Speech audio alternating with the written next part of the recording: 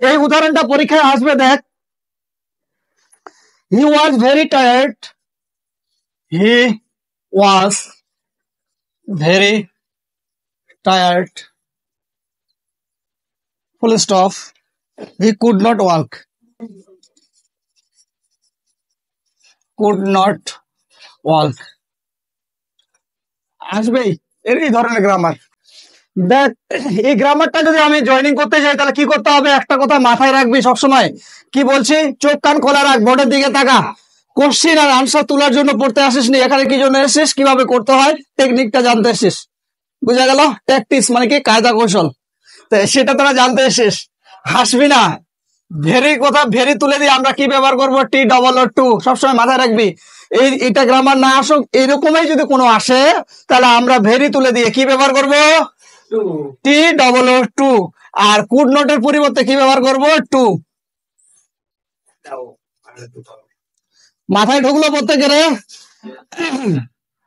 তাহলে আমি কি করব, গ্রামারটা he was too tired to work. Clear সবার? এই ক্লাস টেস্ট পরীক্ষা নয়, মাধ্যমিক এই ধরনের গ্রামার আসবে, কিন্তু কিছুই ব্যাপার নাই, নাথিং। একটু খালি টেকনিক। ভেরি তুলে দিয়ে আমরা কি ব্যবহার করব, টি ডাবল ও টু। আর কুড নট তুলে দিয়ে আমরা টি ও টু ব্যবহার করব। She was very poor, she was very poor, full stop. She could not buy book. She could not buy book. কি পারবে না? কর। কি করবো বল, মুখে মুখে বল। হ্যাঁ, একজন বল loudly.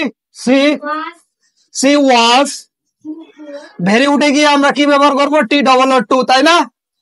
Two four two by book.